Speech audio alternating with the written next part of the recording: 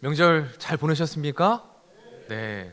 우리 여자분들 명절이 끝나고 얼굴을 보면 약간 이제 뭐랄까요, 헬쓱하신 것도 있고 또 때로는 이제는 끝났다라고 하는 그런 기쁨의 표정도 있으신데 얼굴 보시니까 다 좋게 또 기쁨으로 명절을 보내신 것 같습니다. 우리 한번 서로 이렇게 한번 인사하겠습니다. 한 주간 애쓰셨습니다. 우리 시어머니는 시어머니대로 또 며느리는 며느리대로 명절 보내느라고 수고 많으셨습니다. 자, 오늘부터 우리가 매 주일마다 함께 살펴볼 말씀은 사도행전입니다. 사도행전은 총 28장으로 구성된 신약 성경에서 유일한 역사서입니다. 자, 루키가 우리 지난 시간까지 봤는데 몇 장이었죠? 4장입니다. 4장인데 몇 번 설교를 했냐면 11번을 했어요. 대단한 능력이죠. 4장을 11번을 갖고 했기 때문에 그러면 28장이면 얼마나 해야 될까요? 최소한 70번 이상은 가야 되지 않을까. 그러면 아마 내년 내후년쯤 끝나지 않을까 싶습니다. 그러니까 최소한 1년 정도를 보아야 될 만큼 많은 분량을 가진 책이 바로 이 사도행전입니다. 그래서 본격적으로 시작하기에 앞서서 사도행전의 서론적인 차원에서 2가지를 생각해 보고자 합니다. 먼저는 사도행전이 어떠한 책인가라는 것과 또 한 가지는 왜 사도행전을 우리가 보아야 하는가라는 것입니다. 오늘은 개론적인 이야기를 할 것이기 때문에 조금 딱딱할 수도 있습니다. 그렇지만 공부한다라는 마음으로 말씀을 들어주시면 좋겠습니다. 자, 첫 번째로 우리가 생각해야 될 것은 사도행전은 어떠한 책인가 하는 것입니다. 자, 모든 설교를 하기 앞서서 개론을 먼저 해야 되는 이유 중에 하나는 그 책의 저자 또한 독자가 누구인지, 어떠한 목적으로 어떠한 내용을 기록하고 있는지를 알아야 그 성경이 말하고 하자 하는 전체적인 내용과 메시지를 우리가 바르게 알 수 있기 때문입니다. 몇 가지의 질문으로 사도행전이 어떠한 책인지를 살펴보도록 할 텐데, 첫째, 사도행전의 저자는 누구인가 하는 것입니다. 자, 여러분, 사도행전은 누가 기록한 성경일까요? 문제 속에 답이 있습니다. 누가 있어요? 누가가 기록했습니다. 자, 그러면 누가복음은 누가 기록했을까요? 역시나 누가가 기록했습니다. 사실 누가복음이나 사도행전에는 누가의 이름이 직접적으로 등장하진 않습니다. 그럼에도 지금까지 누가가 이 두 성경을 기록했다라는 것에 의심의 여지가 없을 확실한 증거들이 많다는 것입니다. 먼저는 역사적인 증거들인데 약 서기 100년부터 200년 사이에 활동했던 초대교회의 교부들이 있습니다. 저스틴 마터, 이레니우스, 터툴리안 등이 누가복음과 사도행전의 저자를 누가로 인정했습니다.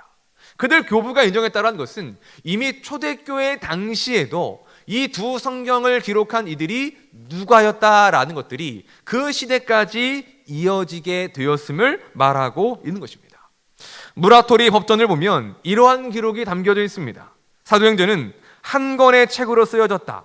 누가는 데오빌로 각하를 위해서 베드로의 죽음과 스페니로의 여행을 위해 로마를 떠났던 바울의 출발을 생략한 채 초대교회에서 발생한 사실들을 편찬했다. 자, 이 기록은 누가복음과 사도행전의 저자가 누가라는 것, 그리고 그 2권의 책들이 마치 한 권의 책으로 연결된 만큼 밀접한 관련이 있다라는 것, 그리고 마지막으로 데오빌로라고 하는 그 한 사람의 독자를 위해서 쓰여졌다라는 것을 말씀하고 있는 것입니다. 의심의 여지 없이 누가복음과 사도행전은 누가 기록했다? 누가가 기록했다라는 것을 보여주는 거죠. 자, 그렇다면 누가는 과연 어떤 사람일까요?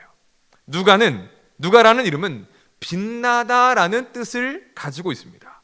그는 유대인이 아닌 헬라인이었고 수리아 안디옥 출신의 직업은 의사로 알려져 있습니다. 우리 골로새서 4장 14절 말씀 보겠습니다. 시작. 사랑을 받는 의사 누가와 너희에게 문안하느니라. 아멘. 바울이 뭐라고 밝히고 있습니까? 누가는 의사였다라고 밝히고 있다는 거죠. 누가의 직업이 의사라는 것은 누가복음과 사도행전의 저자가 누가임을 밝혀주는 또 하나의 증거가 되기도 합니다.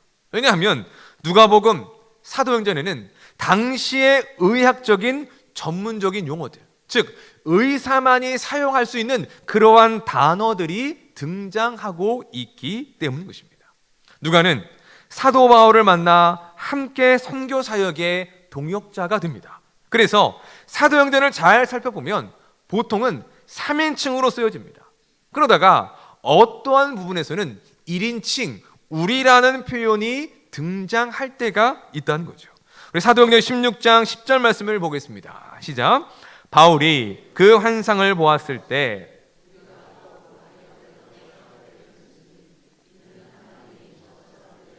복음을 전하라고 우리를 부르신 줄로 인정함이로라. 아멘. 여기 보면 어떤 표현이 등장합니까? 우리라는 표현이 등장하고 있습니다. 왜 우리냐?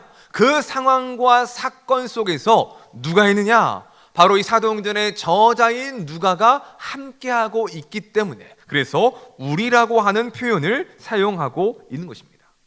누가가 언제 어떻게 예수를 믿었는지는 정확하게 알려진 바는 없습니다. 하지만 누가가 사도 바울을 만나며 선교의 사역에 동참을 했고 복음이 전파되는 그 모든 역사의 현장을 누가가 생생하게 경험한 것입니다. 그리고 누가는 사도 바울이 순교를 당하는 그 시점까지도 바울의 곁을 지켰던 것으로 알려져 있습니다. 누가는 평범한 그리스도인이었습니다.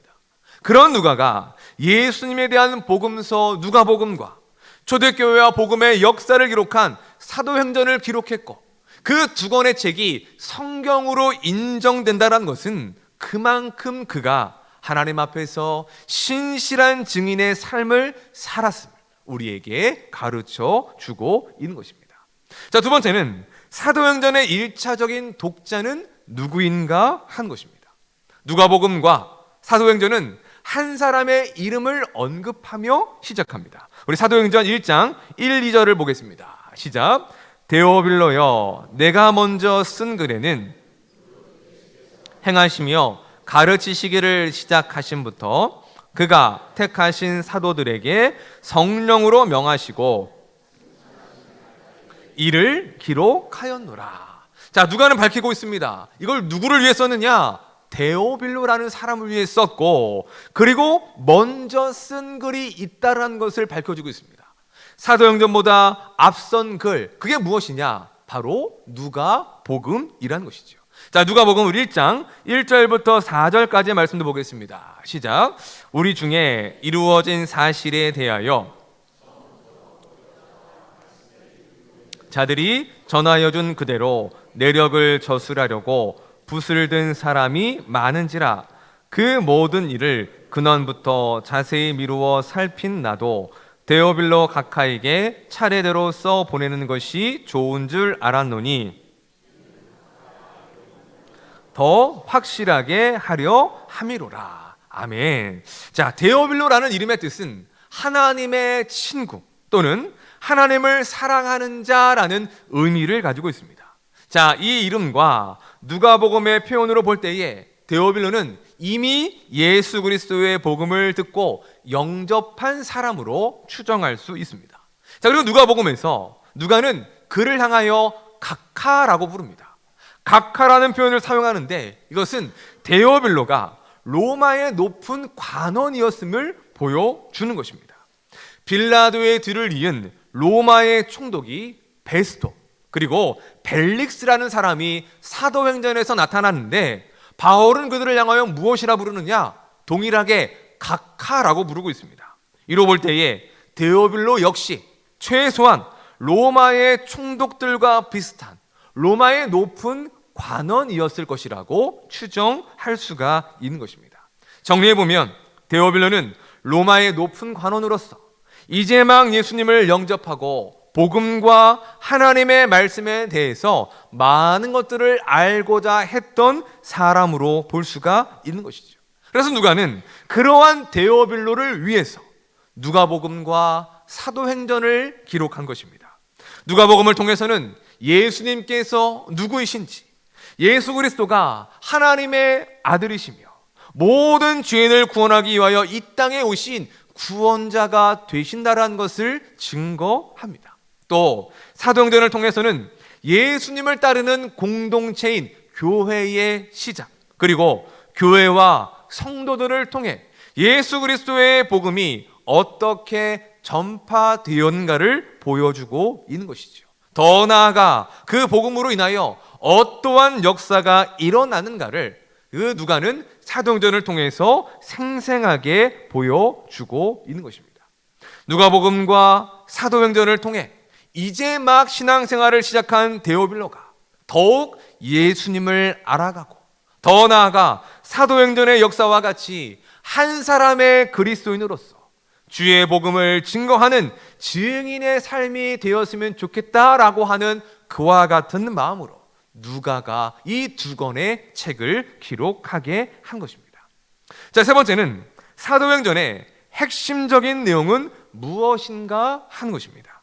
사도행전의 핵심적인 내용을 알기 위해서는 핵심적인 구조를 먼저 알아야 하는데, 왜냐하면 사도행전은 그 구조를 중심으로 모든 사건과 이야기가 전개되고 있기 때문입니다. 자, 우리 사도행전 1장 8절 말씀을 읽어보겠습니다. 시작. 오직 성령이 너희에게 임하시면 온 유대와 사마리아와 땅 끝까지 이르러 내 증인이 되리라 하시니라. 아멘. 바로 이 1장 8절이 사도행전의 핵심적인 구절입니다. 이것은 예수님의 약속이죠. 성령을 보내실 것이고 너희가 성령의 권능을 받아 예수님의 증인이 될 것이며 예루살렘에서부터 온 유대와 사마리아와 땅끝까지 이르러 내 증인이 될 것이다 라고 하는 그 말씀이 선포됩니다. 그리고 사도행전은 그 말씀대로 이루어지는 과정을 보여주고 있다는 것입니다.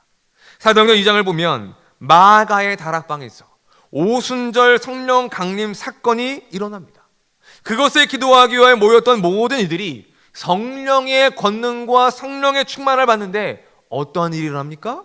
그들이 안 하던 말들, 즉 자신들이 사용했던 유대인의 말이 아니라 외국어 방언으로 말하기를 시작하게 되었다는 것입니다. 그럼 왜 방언의 역사가 일어나느냐?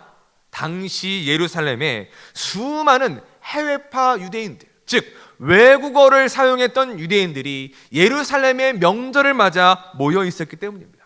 그들의 언어로, 외국의 방언으로 그 모였던 모든 이들이 복음과 하나님의 나라의 말들을 말하게 되었고, 그들 모두가 그 말들을, 그 복음의 메시지를 그 증인된 이들을 통해서 듣게 되었다라는 것입니다. 곧 예수님의 증인된 삶이 성령의 임하심과 성령의 충만함과 방언을 통하여 이루어졌음을 보여주고 있는 것이죠. 그렇게 함으로 예루살렘 교회가 태동이 됩니다. 그리고 3장부터 7장까지는 예루살렘 안에서 그 복음이 증거되는 이야기들이 나타나게 되는 것입니다. 자, 그러면 이제 예루살렘의 복음이 전해졌으니까 어디로 가야 합니까? 잘 따라오고 계시죠? 예루살렘에서 어디로 가야 돼요?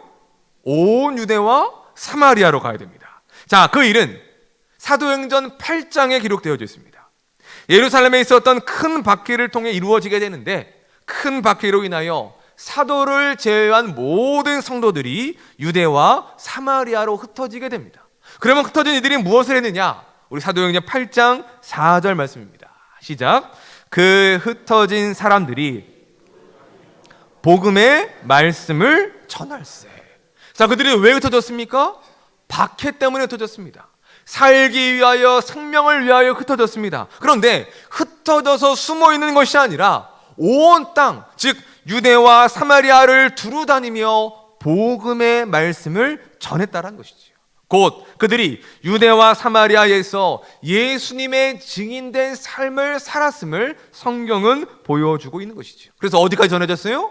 예루살렘으로부터 온 유대와 사마리아까지 복음이 증거된 것입니다. 자, 그러면 이제 마지막 한 군데가 남았습니다. 어디입니까? 땅 끝입니다. 이 땅 끝은 그 유대 땅을 넘는 모든 이방의 땅을 말합니다. 하나님은 그 일을 위해서 한 사람을 택하시고 준비하시는데, 여러분 그가 누구일까요? 바로 사도 바울입니다. 사도행전 9장을 보면 예수님은 다메섹 도상에서 바울에게 나타나십니다. 그리고 예수님을 만난 바울은 예수님을 주와 그리스도로 믿게 되죠. 방금 전까지 예수를 박해하던 자에서 이제는 예수를 증거하는 자로 완전히 그의 삶이 뒤집어지게 된 것입니다. 그 후에 바울은 이방인을 위한 선교사로 파송이 되는데, 그게 사도행전 11장입니다. 그 일을 시작으로 이제 사도행전은 바울이 중심이 되어 마지막 28장까지 바울을 통하여 어떻게 복음이 땅끝까지 전해지는 일들이 이루어졌는지를 기록하게 된다는 것이죠. 예수님께서 하신 말씀대로 성령의 권능을 받은 예수님의 증인들이 예루살렘에서부터 온 유대와 사마리아, 그리고 바울을 통하여 땅끝까지 복음이 전해지는 그 모든 역사에 대해 사도행전은 증거하고 있는 것이죠. 자, 여기서 우리는 사도행전의 핵심적인 내용을 알게 됩니다. 그것은 사도행전의 역사, 땅끝까지 주님의 증인이 되어 복음을 전하는 그 모든 사역의 중심이 다름 아닌 예수 그리스도를 통해서 이루어지게 된다라는 것입니다. 사도행전이라는 이름은 사도들의 행적이라는 의미를 담고 있습니다. 그래서 어떤 분들은 사도가 사도행전의 주인공이다라고 생각하기도 하는데, 과연 그럴까요? 그렇지 않습니다. 사도들이 주인공이 아니란 것이죠. 그래서 또 어떤 이들은 성령 행전이라고 불러야 한다라고 말하기도 합니다. 왜냐하면 그 모든 일들이 성령의 임하심을 통하여 성령의 충만함을 받은 사도들을 통해, 성도들을 통해 그 모든 일들이 이루어졌기 때문이라는 것이죠. 하지만 엄밀히 말하면 그것도 아닙니다. 정확하게는 무엇이냐? 그 모든 일들을 주도적으로 이루시고 행하신 분은 바로 예수 그리스도라는 것입니다. 즉, 약속하신 성령을 보내신 분도 예수님이십니다. 제자들에게 권세를 주신 분도 예수님이십니다. 즉, 교회의 주인이시며 역사의 주관자이신 예수님께서 지금도 살아서 교회와 성도들을 통해 일하고 계신다라는 것, 그 핵심적인 내용이 바로 사도행전이 우리에게 증거하고 있는 내용이라는 것입니다. 이에 대해 로이드 존스 목사님은 이렇게 말합니다. 우리 함께 예수님의 이야기는, 우리 함께 읽어보겠습니다. 시작. 예수님의 이야기는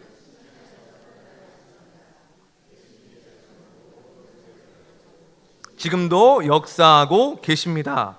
그분은 지금 여기 계시며 사람들을 구원하시고 하나님의 나라를 건설하고 계십니다. 아멘. 아멘이십니까? 예수님은 승천하여 하늘에만 계시지 않는다라는 것이죠. 성령을 통하여 지금도 이 땅 가운데 교회와 성도들을 통하여 하나님의 나라의 일들을 이루시는 분이 바로 교회의 주인이시고 우리의 주가 되시는 예수 그리스도라는 것을 말씀해 주고 있는 것입니다. 그렇기 때문에 우리는 사도행전을 살펴보면서 증인들에게 성령의 능력을 주신 예수님, 복음이 전파되는 곳마다 함께 하시고 놀라운 역사를 이루셨던 그 예수님을 주목할 수 있어야 하는 것입니다. 자, 두 번째로 우리가 생각해야 될 것은 왜 사도행전을 살펴보아야 하는가입니다. 여긴 두 가지 이유가 있는데, 첫째, 성도된 우리, 그리고 교회된 우리의 본질과 사명이 무엇인가를 사도행전이 가르쳐 주고 있기 때문입니다. 지금 이 땅의 교회는 큰 위기입니다. 많은 사람들이 똑같이 말하고 있습니다. 교회의 위기이다. 교회의 권위가 땅에 떨어졌다는 것이죠. 세상의 조롱과 비판거리가 교회가 되고 있는 현실입니다.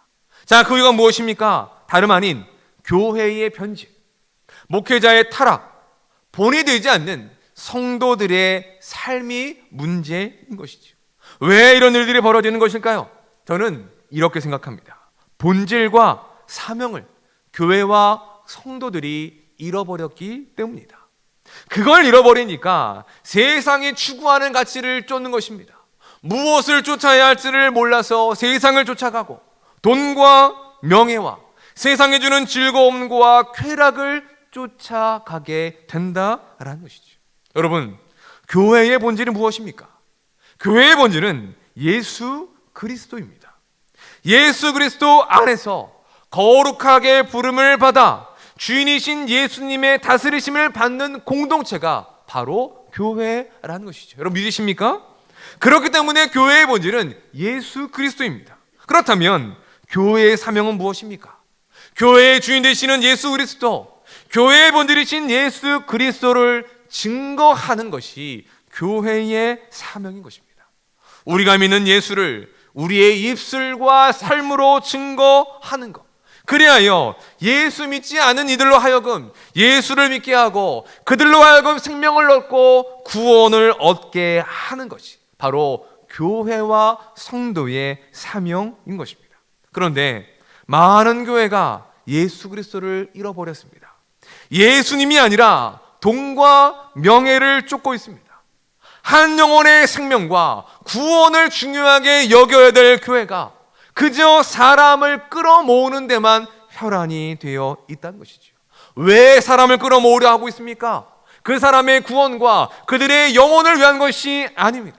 사람이 많이 모여야 헌금이 많이 나오고 돈이 모이고 사람이 많이 모여야 그 교회를 담당하는 목회자의 명예가 커지기 때문이라는 것이죠. 사람이 많이 모이는 부흥한다는 차원에서 사람이 모이는 것만이 능사가 아니라는 것, 바로 지금의 교회의 모습이 보여주고 있다는 것입니다. 제가 명절 기간에 드라마 한 편을 봤습니다. 넷플릭스 중증 외상센터라는 드라마입니다.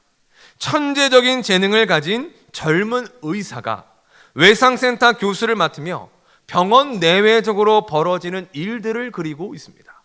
이것을 쓴 작가가 실제 의사라고 하더라고요. 이 젊은 의사는 오직 하나, 환자의 생명을 살리는 데만 관심이 있습니다. 그래서 직접 재난 현장으로 달려가서 환자들을 돌보기도 하고 구조 헬기를 띄워 그 헬기 안에서 긴박한 상황에서 외과 수술을 해서 생명을 살리는 일들을 행하기도 합니다. 자, 여러분, 그러한 의사가 병원에 있다면 그 병원은 좋을까요? 안 좋을까요? 좋을 것 같죠? 왜요? 병원의 생명이 뭡니까? 병원의 본질이 뭡니까? 생명을 살리는 겁니다.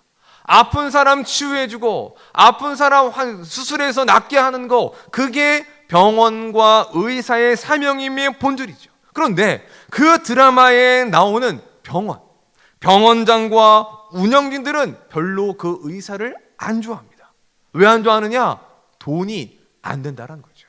중증 외상센터라는 것 자체가 적자를 감수해야 되고 수많은 돈이 투입되어야 되기 때문에 그 병원의 운영에 있어서는 도움이 안 된다라고 판단한 것이죠. 그래서 병원장을 비롯해 운영진들에게 이 외상센터, 그리고 환자 살리겠다고 그렇게 뛰어다니는 젊은 의사는 골칫덩어리에 불과합니다.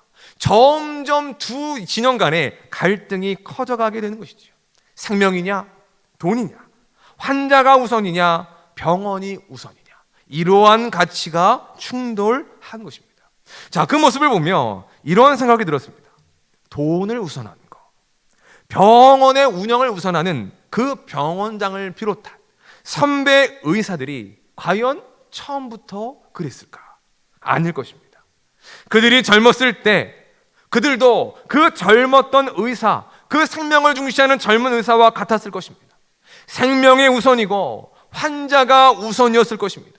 하지만 시간이 지나가면서 의사로서의 사명감, 병원의 본질을 잊어버리게 되고 결국은 돈과 명예만을 쫓는 변질된 의사, 변질된 병원을 만들고 있다라는 것이죠. 그 모습 속에서 지금의 교회를 보는 것입니다. 여러분, 타락한 교회, 문제 있는 교회가 처음부터 그랬을까요? 여러분, 타락하고 사고친 그 목회자들이 처음부터 사고칠 사람이었을까요? 아닙니다. 모두가 본질과 사명을 우선하며 하나님 나라와 교회를 위하여 헌신하고 희생했던, 몸바쳐 희생했던 때가 있었던 사람들이었습니다. 하지만 그 본질을 어느 순간에 그 사명을 잃어버리게 되니까 날마다 새롭게 변화되어야 될 삶이, 날마다 새롭게 변화되어야 될 교회가 오히려 변질되는 그와 같은 안타까운 일들이 벌어지게 된다라는 것입니다. 제 스스로에게도 이런 질문을 해봤습니다. 나는 괜찮은가? 나는 변질되지 않았는가? 과연 너는 20년 후에도 지금 네가 설교하고 말하는 것처럼 당당하게 그렇게 말할 수 있는가? 예수님을 위한 영혼과 생명을 위해 목회자가 되고 헌신하겠다고 하는 그 첫마음을 너는 과연 20년 뒤에 그렇게 자신 있게 살아노라고 말할 수 있겠는가? 우리는 흔히 그런 말을 할 때가 있습니다. 가슴이 뛰는 일을 해라. 그렇다면 교회이며 성도된 우리에게 무엇이 가슴 뛰는 일이 되어야 하겠습니까?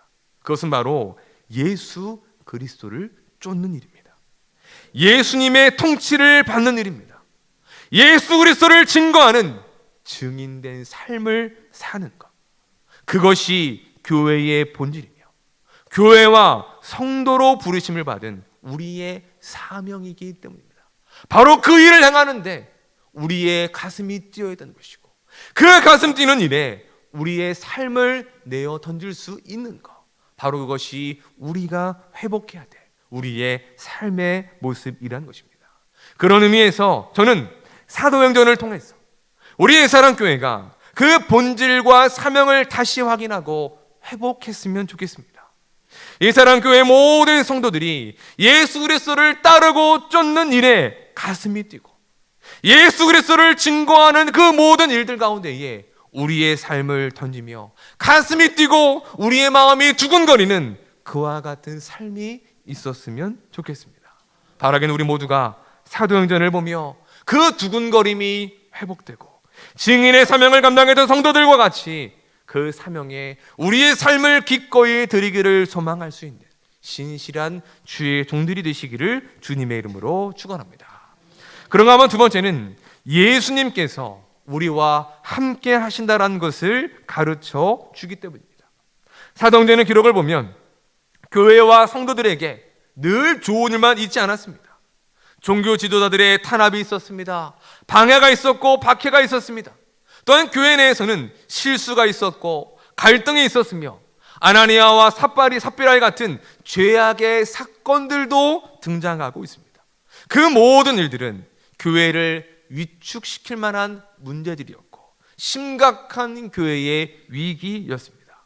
하지만 놀라운 것은 그런 문제와 위기들 속에서도 오히려 교회와 성도들은 더 큰 믿음의 역사를 이루어 냈다는 것입니다. 복음을 전하는 일이 더 활발하게 이루어졌고 그것으로 인하여 더 믿는 자들이 교회 공동체 안에 몰려들게 되었습니다. 복음이 전해지는 곳마다 믿는 자들이 생겨났고 그 모든 땅들 가운데에 교회들이 세워졌다는 것이죠. 그 모든 것이 무엇을 보여주는 것일까요? 예수님께서 그들과 함께 하셨고 예수님께서 그 모든 일들을 이루셨다라는 것을 보여주고 있는 것입니다. 즉 교회의 주인 되시는 예수님께서 주의 백성들을 붙드시고 주의 몸된 교회를 지키셔서 마침내 약속하신 대로 하나님의 나라의 귀한 일들을 이루어 가고 계신다라는 것을 가르쳐 주고 있는 것입니다. 우리에게도 그런 일들이 있을 수 있습니다. 우리 개인의 삶의 위기와 문제 또는 교회 안과 밖에서의 여러 가지의 문제와 갈등과 어려움들이 충분히 생길 수 있습니다. 중요한 것은 그러한 순간에도 우리 예수님께서 우리와 함께 하고 있다는 것입니다. 그 문제들을 해결할 수 있는 지혜를 주시고 그 어려움들을 이겨낼 수 있도록 인내를 주시며 그 모든 과정을 통해 우리를 붙드시고 지켜주시는 임마누엘의 그 은혜를 우리로 하여금 경험할 수 있게 하신다라는 것이죠. 사랑하는 성도 여러분, 초대교회와 함께 하신 예수님께서 사도들과 또한 이름 없는 수많은 성도들과 함께 하신 예수 그리스도께서 지금도 우리와 함께 하십니다. 우리를 통하여 주의 일들을 이루십니다. 바라는 것은 사도행전을 통해 그 예수님을 주목하고 그 예수님이 우리와 함께 하신다라는 믿음과 우리를 통해 일하신다라는 그 소망이 회복될 수 있는 은혜가 우리 모두에게 있기를 주님의 이름으로 축원합니다. 말씀을 정리하겠습니다. 오늘의 말씀을 통해서 우리 스스로에게 이렇게 질문해 보았으면 좋겠습니다. 과연 여러분들은 예수님을 따르고 예수님을 증거하는 그 일에 여러분의 가슴이 뛰고 있습니까? 또 예수님께서 지금도 살아서 나와 함께 하시고 우리 교회와 함께 하심을 믿고 있습니까? 바라기는 사도행전을 통해 이 두 가지의 질문에 확실하게 아멘이라고 답할 수 있는 우리 모두가 되었으면 좋겠습니다. 교회와 성도된 우리의 본질과 사명을 회복하고 부르심을 따라 살아가는 사명자들이 되시기를 주님의 이름으로 축원합니다. 또한 어떤 어려움 중에도 함께 하시고 붙들어 주시며 지켜주시는 예수님, 우리에게 성령을 통해 주의 능력을 부어주시는 예수님을 힘입어 증인된 삶을 살아갈 수 있기를 축원합니다. 한 찬양의 가사와 같이 하나님의 꿈이 우리의 비전이 되고 예수님의 성품이 우리의 인격이 되며 성령님의 권능이 우리의 능력이 되기를 원하고 바라며 기도할 수 있는 신실한 주의 백성들이 되시기를 주님의 이름으로 간절히 축원합니다. 우리 시간 함께 우리 말씀을 생각하며 찬양하고 기도하도록 하겠습니다. 우리 원하고 바라고 기도합니다. 우리 함께 찬양하겠습니다.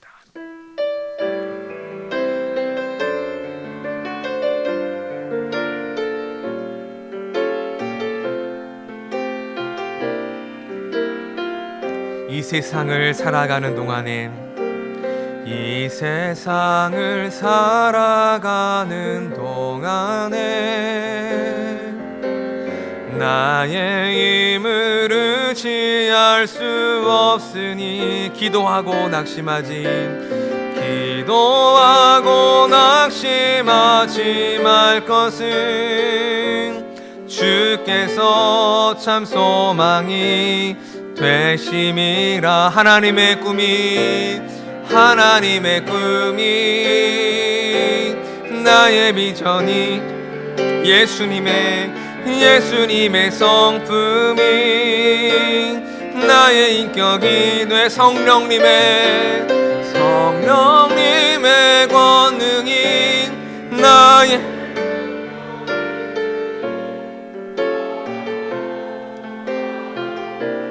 기도합니다. 주의 길을 걸어가는 동안에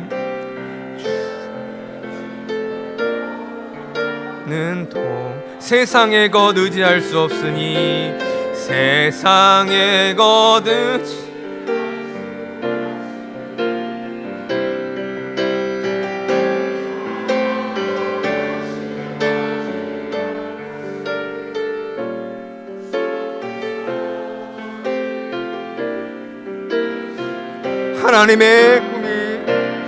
하나님의 꿈 나의 비전이 되고 나의 비전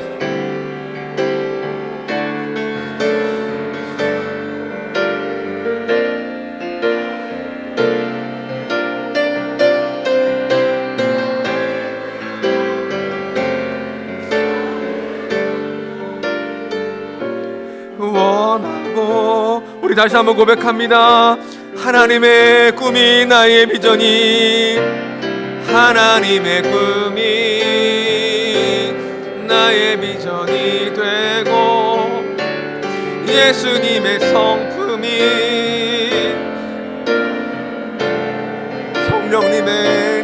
성령님의 권능이 나의 능력이 되길 원하고 바라고 기도합니다. 할렐루야. 이것이 우리의 기도의 제목이 되었으면 좋겠습니다.